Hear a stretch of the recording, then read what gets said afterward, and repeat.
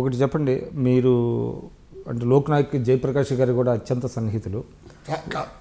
నాకు పరిచయం, నేను అతన్ని అభిమానించాను. మీరు ఎప్పుడు ఆయనతో కలిసి? నేను వీరాభిమాని.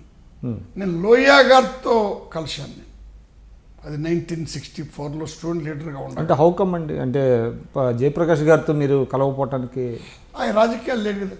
అంటే 79 అంటే ఎమర్జెన్సీ అప్పుడు ఆయన జైల్లో ఉన్నారు. నేను బయట ఉన్నాను కదా. నన్ను జైలుకి పంపలేదు. బ్రహ్మానంద గారు చెప్పారు కాబట్టి నన్ను జైలుకు పోనివ్వలేదు. నేను వ్యతిరేకించిన పాప వెంగళరావు గారికి కోపం ఉంది కదా. మీరు అప్పుడు ఎమర్జెన్సీని వ్యతిరేకించారు, కాంగ్రెస్ని బయటకు వచ్చారు, మిమ్మల్ని జైల్లో పెట్టలేదా? పెట్టలేదు. ఎందువల్ల అంటారు?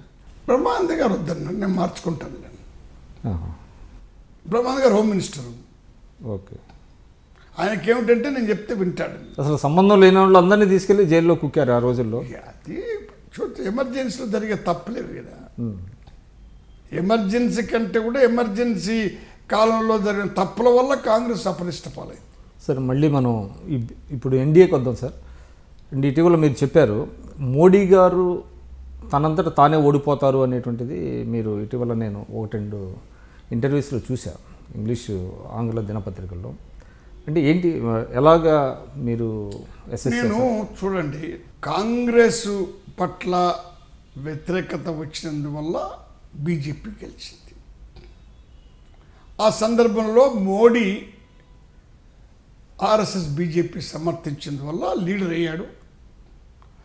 అతను ఆల్టర్నేటివ్గా ప్రజలకు కనబడ్డాడు. ప్రజలు అతన్ని స్వీకరించారు. ఇప్పుడు కూడా అతన్ని నమ్మే వాళ్ళలో, మెచ్చుకునే వాళ్ళలో చాలామంది ఉన్నారు. కానీ నరేంద్ర మోడీ గారు ఏ మాట చెప్పినా కూడా నమ్మడం కష్టంగా. ఆయన కూడా అసాధ్యమైన వాగ్దానాలు చేశారు. ఉదాహరణకు ఎన్నికల ముందు ఏం చెప్పాడు? స్విస్ బ్యాంక్ 80 లక్షల కోట్లు ఉన్న స్విస్ బ్యాంకులో అవి తీసుకొస్తే 15 లక్షల రూపాయలు ప్రతి ఓటరు, ప్రతి పౌరుని ఇంటే లెక్కలు వేస్తారు అన్నాడు కదా. దాని గురించి మాట్లాడుతుండా. అంతెందుకని మన డిమానిటైజేషను ఇవి 50 రోజులు ఆగండి, స్వర్గం వచ్చేస్తుంది, బీద వాళ్లకు లాభం జరుగుతుంది, ధనవంతుల కష్టాలు వస్తాయి చెప్పాడు కదా. ఆ ఉపన్యాసం ఎవరైనా వింటారా? ఇప్పుడు సంవత్సరాలు కాలే కదండి, కొన్ని నెలలే అయింది కదా.